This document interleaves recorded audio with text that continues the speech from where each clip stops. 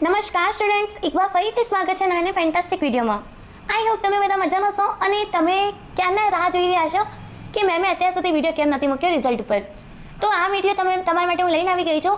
Video અહીં સુધી watch કરજો કેમ કે બહુ મહત્વપૂર્ણ વિડીયો તમારા માટે રહેવાનું છે.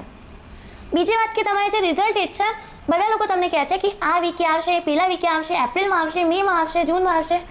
બટ હું તમને રિયલ જે ડેટ છે, જે જીએસસીબીની તરફથી તમને મળી રહી છે, ઓફિશિયલ ડેટ હું અનાઉન્સ થઈ ગઈ છે, તો એ ડેટ હું તમને આજે જણાવવાની છું. ઓકે, તો એના માટે તમને સૌથી પહેલાં વિડીયો અહીં સુધી જોવું પડશે. વિડીયોને ક્યાં પણ વિડીયોની વચમાં સ્કીપ ના કરતા. ઓકે, ચલો. તો અત્યારે જે 10મા ધોરણની એક્ઝામ પતી ગઈ હતી આપણે 22 માર્ચે. ક્યારે પતી હતી? 22 માર્ચે જીએસસીબીની જે એક્ઝામ છે, ઇંગ્લિશ, હિન્દી, ગુજરાતી બધા મીડિયમની જે એક્ઝામ હતી એ પતી ગઈ હતી. 12મા અને 10મા ધોરણની બંનેને જોડે પતી ગઈ હતી, તો બંનેના જે રિઝલ્ટ છે એ પણ કદાચ લગભગ જોડે જ આવશે.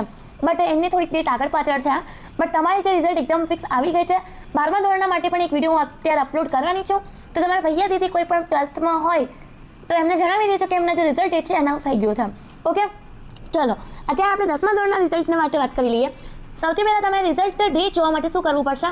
ગૂગલ ઓપન કરવું પડશે. અને ગૂગલ ઉપર એકમાત્ર એવી વેબસાઇટ હું તમને જણાવવાની છું જેના ઉપર બધી રિયલ ઇન્ફોર્મેશન તમને મળશે. ઓકે, તો આવી રીતના ગૂગલ ઓપન કર્યા પછી ત્યાં સર્ચ કરવાનું છે study village, STUDYVILLAGE. Study village search કરવાનું છે. અહીંયા સ્ટડી વિલેજની હોમ પેજ સાઇડ ઓપન થઈ જશે. પછી એને શું કરવાનું છે? ક્લિક કર્યા પછી અંદર જવાનું છે આપણે.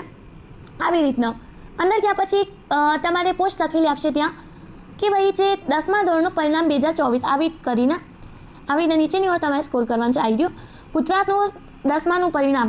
ઓકે, આવી રીતે લખીને આવશે. પછી એને ક્લિક કરવાનું છે. ક્લિક કર્યા પછી એક નવું પેજ તમારી સ્ક્રીન સામે ઓપન થઈ જશે. આવી રીતના ઓપન થયા પછી નીચે આ બધી વસ્તુ બહુ ઇમ્પોર્ટન્ટ છે, બધું વાંચી લેજો.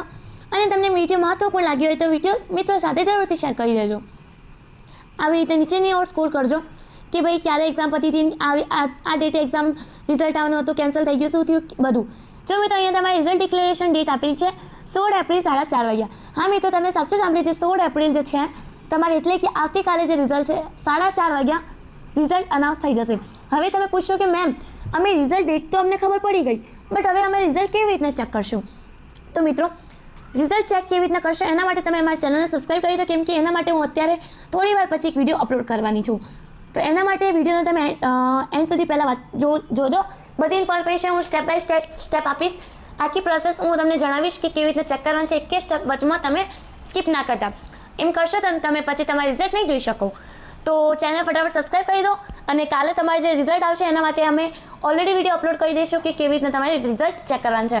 ચેનલ ફટાફટ સબસ્ક્રાઈબ કરો. 12મા ધોરણવાળાને પણ રિઝલ્ટનું ડેટ ડિક્લેરેશન થઈ ગયું છે. એ પણ વિડીયો તમારે કોઈ દીદી ભૈયા હોય તો એમને પણ તમે જણાવી દેજો. મળીએ નેક્સ્ટ વિડીયોમાં. ત્યાં સુધી મિત્રો ધન્યવાદ. ચેનલ સબસ્ક્રાઈબ કરતા ના ભૂલતા અને વિડીયોને મિત્રો સાથે જરૂરથી શેર કરજો. અને જેમ વિડીયો પતે અને ગૂગલ ઉપર સ્ટડી વિલેજ સર્ચ કરીને જે તમારી રિઝલ્ટ ડેટ છે એને રિઝલ્ટ ડેટને કન્ફર્મેશન કરી લેજો. Bye, see you and all the best for your result.